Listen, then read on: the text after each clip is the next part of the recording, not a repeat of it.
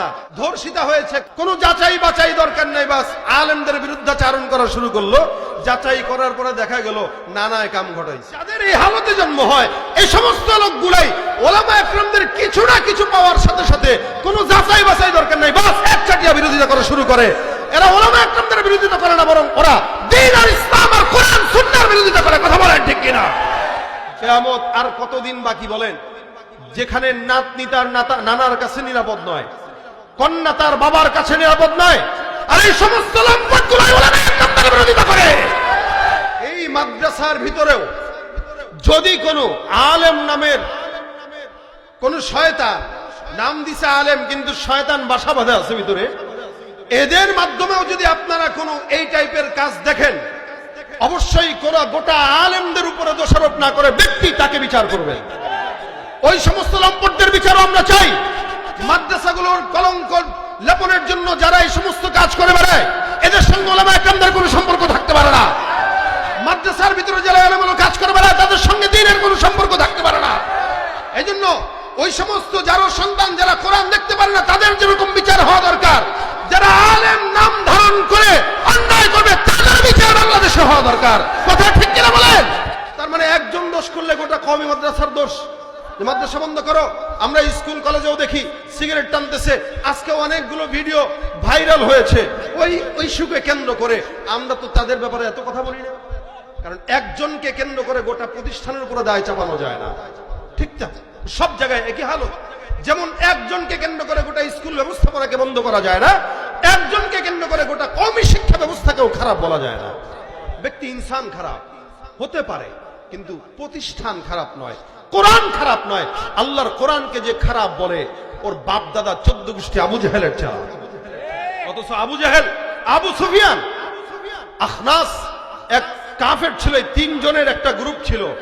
এরা কাফের হওয়া সত্ত্বেও রাসূল সাল্লাল্লাহু আলাইহি সাল্লামের তেলাওয়াত শোনার জন্য গভীর রাত পর্যন্ত অপেক্ষা করত। চুপি চুপি যেত, চোরের মতো যেত, চোরের মতো যে শুনতো। আর দিনের বেলায় ঘোষণা দিত, ওয়াকালাল্লাযীনা কাফারু লা তাসমাউ লিহাযাল কুরআন ওয়ালগাউ ফী লাআল্লাকুম তাগলিবুন। যখন তেলাওয়াত দিনের বেলা শুনতে বলতো, এই তোমরা যখন মুসলমানদের তেলাওয়াত শুনবা তখন হট্টগোল করো, শুইনো না। কোন জায়গায় তেলাওয়াতের আওয়াজ হলে তোমরা পাশে বাজার বসায় দিবা। এখন মাহফিলগুলোর পাশেও বাজার বসায়। যেই লোক, যেই যুবক আলেমদের সঙ্গে বেয়াদবি করতে পারে, কোনো না কোনো ভাবে তার জন্মে সমস্যা, এটা তোমরা বুঝে নিবে। জন্মের পরে কানে আজান কি দেয়নি, তুমি মৌলবাদী ছাড়া হওনি। জন্মের পরে কানে আজান কি দেয়নি, তুমি মৌলবাদী ছাড়া হওনি। আবার মরণের পরে জানাজা পড়াবে, তখন কোথায় পালিয়ে যাবি? বিদ্রোহী বিপ্লবী মৌলবাদী কেন জঙ্গিবাদী? বাস্তব কথা এটা।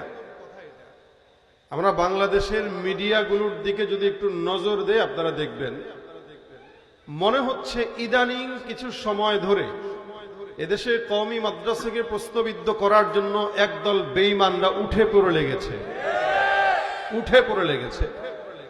অন্যান্য শিক্ষা ব্যবস্থাপনায় হাজার আকাম কুকাম হইলেও ওদের গায়ে জ্বলে না, কিন্তু হাজার হাজার প্রতিষ্ঠান, লাখো লাখো প্রতিষ্ঠানের ভিতর থেকে 2-4টা বিচ্ছিন্ন ঘটনাকে কেন্দ্র করে তারা তাদের বাপদাদা 14 গোষ্ঠী উদ্ধার করে নামে।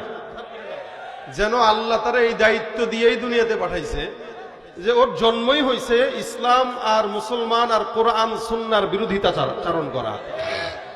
যার কোরআনের বিরুদ্ধে চারণ করা পছন্দ, আমার তো মন বলে তার জন্ম সহিভাবে হতে পারে না। এটা আপনারা আমার এই কথায় একমত কিনা আমি জানি না। একমত আপনারা?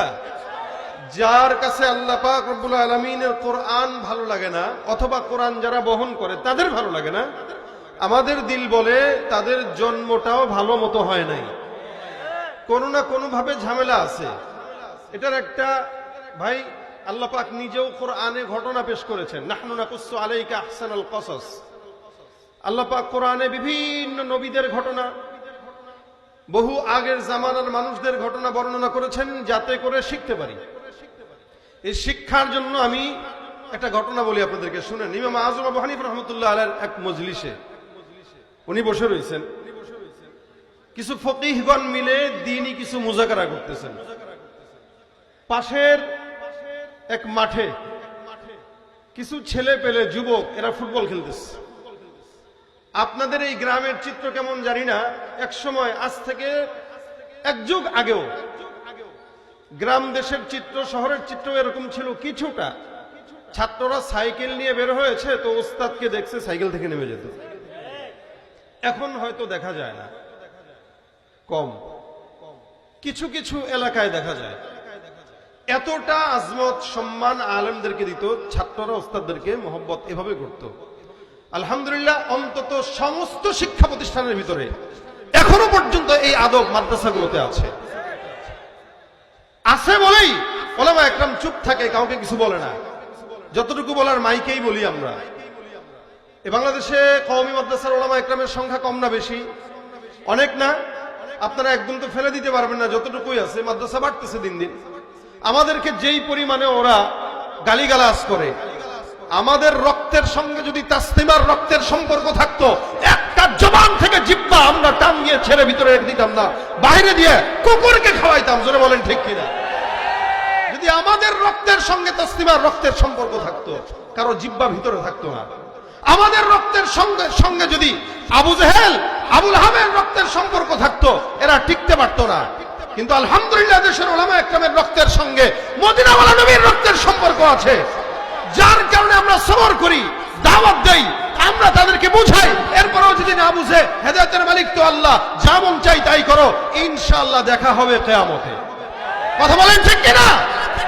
এই সময় আমরা দেখতে পাচ্ছি একদল উঠে পড়ে লেগেছে। তো যারা উঠে পড়ে লাগে, বুঝতে হবে জন্মে কোনো না কোনো সমস্যা। ইমাম আযম আবু হানিফা রাহমাতুল্লাহ আলাইহি ফিকহি মাসলায় ইসতিমবাতের জন্য ব্যস্ত, ফকিহগণ ব্যস্ত ওনার সাথে। পাশে যুবকরা খেলতেছে, তো বলটা ওনাদের মজমার মাঝখানে পড়ছে।